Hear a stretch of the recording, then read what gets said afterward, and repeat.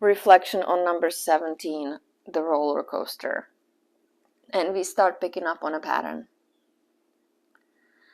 There are letters that beg for love. There are letters that attempt to understand the silence. There are letters that try to remain gracious or spiritually refined.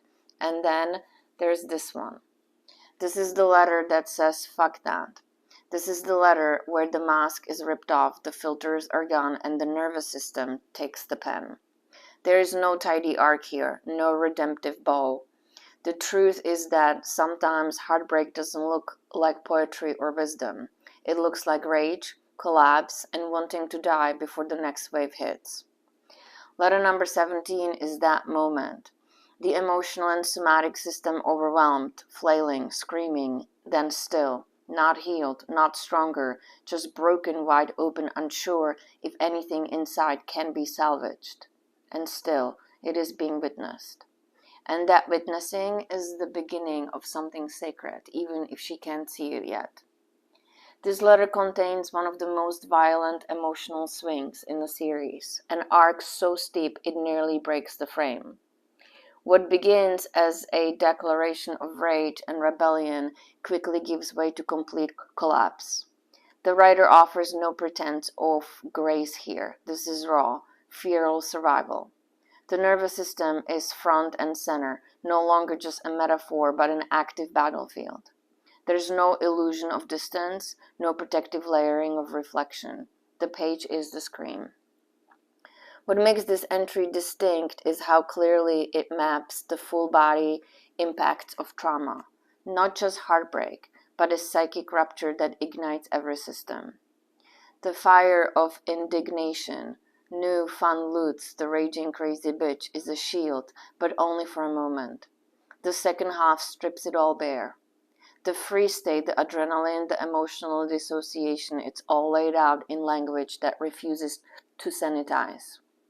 This letter isn't trying to impress, convert, or teach. It's not spiritualized or elevated. It's what the inside of devastation looks like before it gets rewritten by meaning. There is a return here to themes from earlier letters: abandonment, disbelief, obsessive questioning, but this time the intensity is volcanic. If letter number 14 was the grief of being erased and number 15 was the pain of being discarded, then number 17 is what happens when the body breaks down trying to hold it all. It isn't just the absence of a response that devastates her. It's the accumulation of days, weeks, and now months of ongoing severance with no attempt at repair. The heartbreak is no longer conceptual, it's physiological. And still, she writes. What makes this letter unique is the arc of the series. What makes this letter unique in the arc of the series is its refusal to posture. Even the spiritual bypasses, the attempts to frame things as necessary or divine, are burned to the ground here.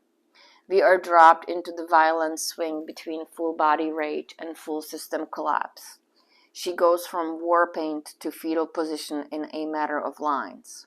The nervous system doesn't lie, and in this letter she finally lets it speak without censorship. Ego makes quite the jumps, and my physical body and nervous system hate me. It's a key sentence because it acknowledges something that hasn't been fully articulated before in the series, that the ego is not the only one driving this. The body is involved. The trauma is stored. And the writer is no longer hovering above her own pain, trying to narrate it from the safe distance of reflection. She's in it, barefoot, on the battlefield. This is not commentary. It's embodiment. The letter begins in a voice we've met before, sarcastic, biting, furious. The opening line echo the style of letter number 16, where rage erupts after the final breakdown of hope. But what letter number 17 shows us is that the rage, no matter how justified, cannot sustain itself indefinitely. Anger burns hot, but despair lives longer. And when the flame goes out, what's left in the wreckage of the body, the terror of meaninglessness, and the silent scream for mercy that no longer even expect a reply. This time, there is no back door of hope. She's not asking for him to return. She's not asking for him to answer. The only question left is whether she herself will survive what his silence has triggered. On him. There is no mystery left in her perception of his behavior. She's no longer asking why he left. She's naming how he left. The precision of that distinction is critical. This isn't about the heartbreak of someone drifting away. This is about the devastation of being cut off mid-sentence, the psychic brutality of being ghosted after years of intimacy. Family-level intimacy lands here with full weight. Instead, you decided that it was in your best interest to ignore me completely, basically mid-sentence.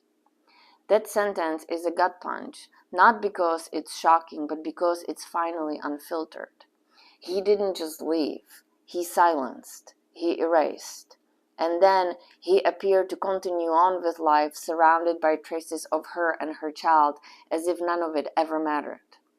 That's what this letter finally screams. Not, why did you leave, but how could you pretend we didn't exist?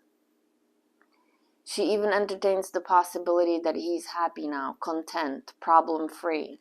The brutality of that fantasy is not that it's true, it's that she believes it could be. And even in that belief, her heartbreak deepens, because she knows she wasn't the problem. And yet, he discarded her anyway. There is no effort here to protect his image. She has done that for too long. This time she lets the truth rise. I hope you're drowning in your own pain and burning in hell. The moment is not about revenge. It's about acknowledging the full range of what silence can do to a person who was left behind without explanation. He may never read this, but it doesn't matter. The words were not written to reach him, they were written to reclaim her. His absence is the axis of the letter, but not its purpose. She isn't writing to him anymore. She's writing out of the wreckage he left behind. Still, his actions or inactions remain the catalyst. The refusal to answer a direct question, the silent exit mid-sentence, the calm continuation of a life surrounded by objects and spaces marked by her and Amel as if none of it mattered. These choices aren't just hurtful, they are dehumanizing. In this letter, the writer finally names the truth without flinching.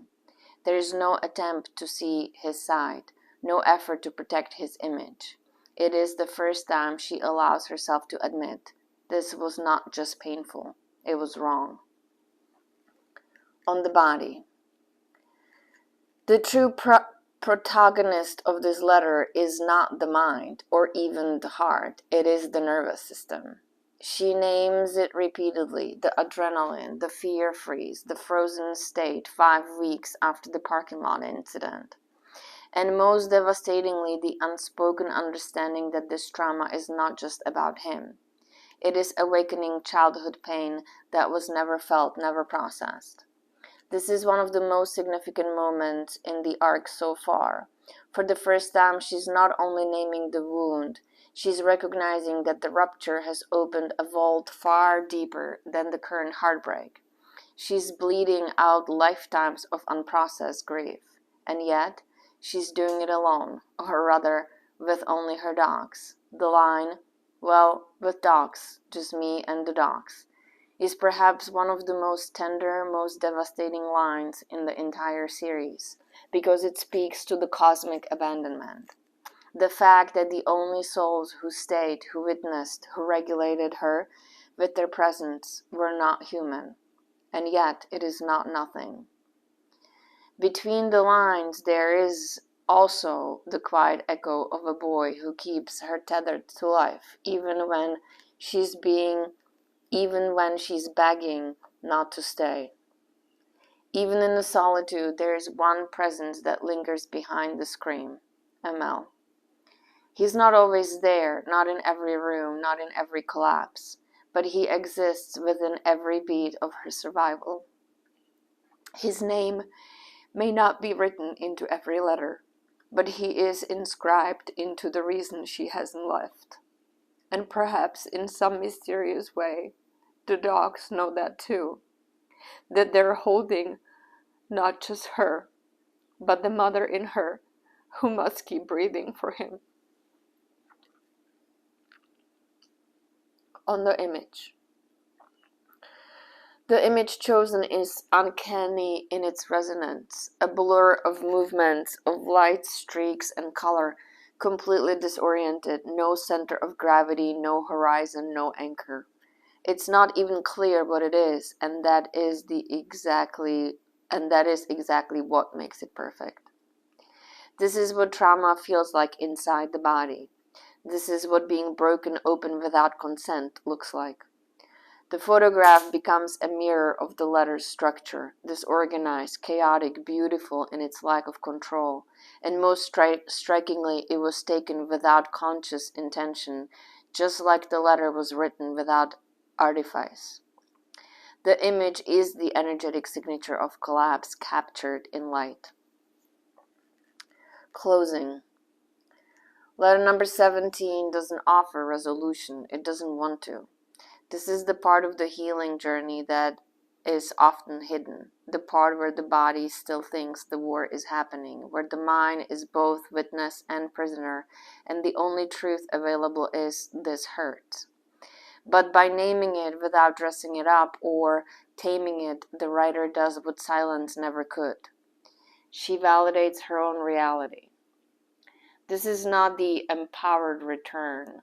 It is the descent into fragmentation, and yet even from the bottom of the fall, she writes, which means she's still here. And that means the roller coaster, no matter how violent, did not kill her. It rewired her. And maybe, eventually, that will be the beginning of something else entirely. Letter number 17 is not triumphant.